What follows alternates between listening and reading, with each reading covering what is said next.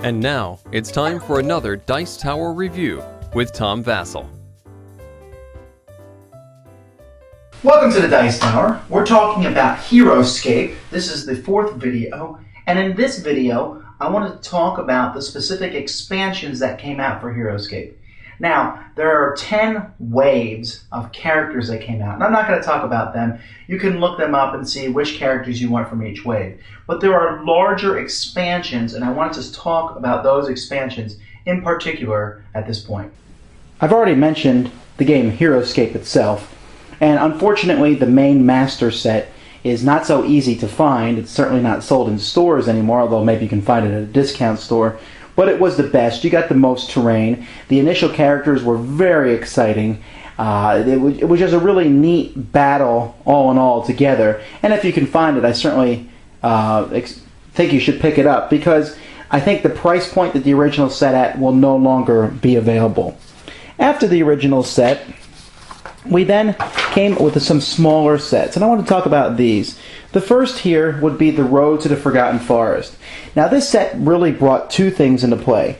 It brought road pieces and a bridge, and it had the trees, which really pumped up the terrain.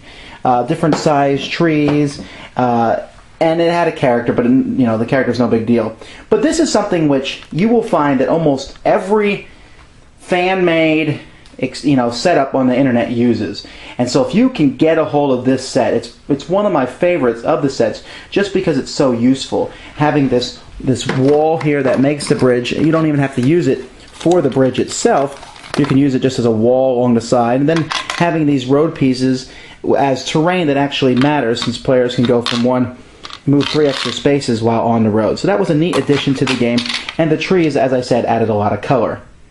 The Valkyrian Wasteland is a neat themed set. Comes with some monsters who can live on the volcano, but the volcano stuff itself adds a element of danger to the game in a sense. When you walk on the regular volcano spots, every time you land on one of those, there's a chance that you will take a hit. You just simply roll a die, and you may take a hit from doing that, which is dangerous. For stronger characters, they can get away with it. The lava itself is nigh impassable. You can roll a 20-sided die. If you roll a 20, you survive. The lava is more of a obstruction that you can see over than anything else. And yet it does give the chance. There are a few characters in the game that can survive in lava, and so it gives them a bit of an advantage. But for the most part, it's a neat place to put glyphs. The Tundra expansion, which brings in the snow and ice, basically comes with a pile of snow tiles, some mountains or icebergs, and then a bunch of ice. Now the ice can be used, and it depends on what terrain you're using, but you can play the games with the ice and have, when someone steps on the ice, they slide to the other side, or make snow cost 2 to move into the snow periods. But just the idea and having these huge icebergs, it added a lot to the terrain. This is probably the least used terrain piece that I have, if only because it's just so difficult to incorporate it. I mean, it's one thing to say there's lava in the middle of a forest. It's another thing to say there's a snowbank in the middle of a forest. So while I use this, I don't use it nearly as much. And for some weird reason, they were including these snow terrains as extra pieces in several of the expansions. Several of the waves would come with an extra terrain piece, and it would be snow. So I have tons of snow, but it's probably, like I said, my least used terrain. Master Set 2 is a good master set. Unfortunately, it didn't come as much terrain as the original game did, but it also came with a new type of terrain, the swamp terrain. Now, swamp didn't really do anything other than have a neat color, but then there was swamp water, which acted as water, but you could make it faster or slower to move through, and some of the creatures would be able to have some advantages or disadvantages in swamp water.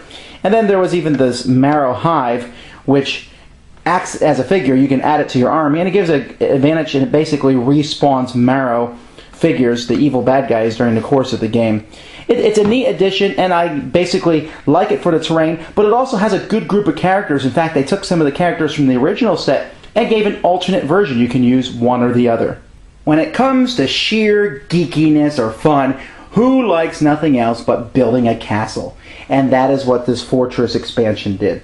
It gave you the pieces to build a castle. Walls, and you can see here, you could build them too high, so if you have multiple castle expansions, you could build a really large castle. But it doesn't have to be a castle. As you can see here in my setup, I use parts of it as just kind of like a fortress area here, and even those little turret pieces can fit next to the sides of the road. I've used these pieces as they hold up columns in the middle of a desert, and it really allows you to build large and higher and higher and higher and higher ways to build just huge terrain pieces.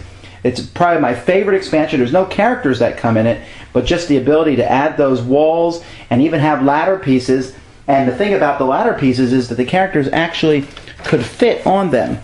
You can see here the ladder, and there's a space to actually put the character on the ladder itself, or he can fall off like that just did. But you can see the character could then sit here on the ladder. I mean, it doesn't look perfect, but it's a good way to show that someone's in the middle of climbing a ladder during the battle. And they even have rules in the expansion for fighting hand-to-hand off ladders and such. A really neat expansion. Then we have the jungle expansion, which adds a whole lot of very nice looking terrain. I mean, the leafiness of it and the fact that they're built into the hexes so you can slide them in, and you got palm trees and you got bushes, and these actually give bonus if you're next to it, a defensive bonus, and it really can add a flair to the battlefields. The original trees are nice for the evergreens, but these really added a lot. And you got some spiders in the set too, but this was just neat, mostly for terrain. And I wouldn't be surprised if I saw other people from other miniature games stealing this terrain and using it in their games. By far one of the priciest expansions ever. They came out with flag bearers, really overpriced figures that also came with a bunch of dice that you could use for the different generals. Now these are the same as the dice in the original game, except instead of a blank side, they have a symbol of that general. And usually the flag bearer figure itself would get some kind of bonus if he rolled the symbol of their figure. I use these dice sometimes in the normal game, although when I'm teaching new people, they always want to know, what does this symbol do, that extra symbol on the die? And I have to tell them it does nothing. But they're neat to have the different colored dice, and then have a matching 20-sided die that's basically the same color as that. So it's neat. They even come with bags that you can use for the dice themselves. But it's probably the most unnecessary expansion there is. The Marvel, I'll put in quotes here, Master Set, added some new terrain to the game, and even had the breakaway wall, which is probably the coolest piece of terrain in the set.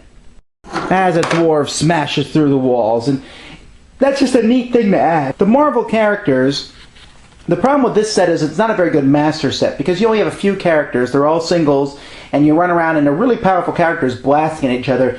Doesn't leave a lot of strategy.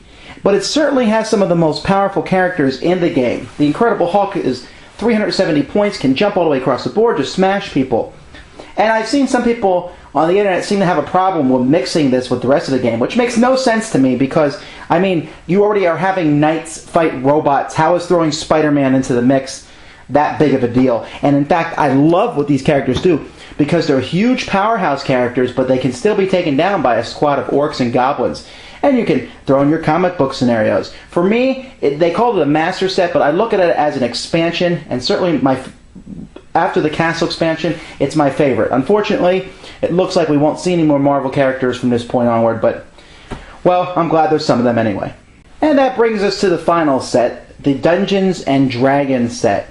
Basically, what they did here was they took Dungeons and Dragons characters from the old miniatures game, and they have brought them into this game, which means the models are slightly smaller. The Black Dragon in this set is miles smaller than the ones that are in the previous dragons that we've seen, but the sculpts are still very well done.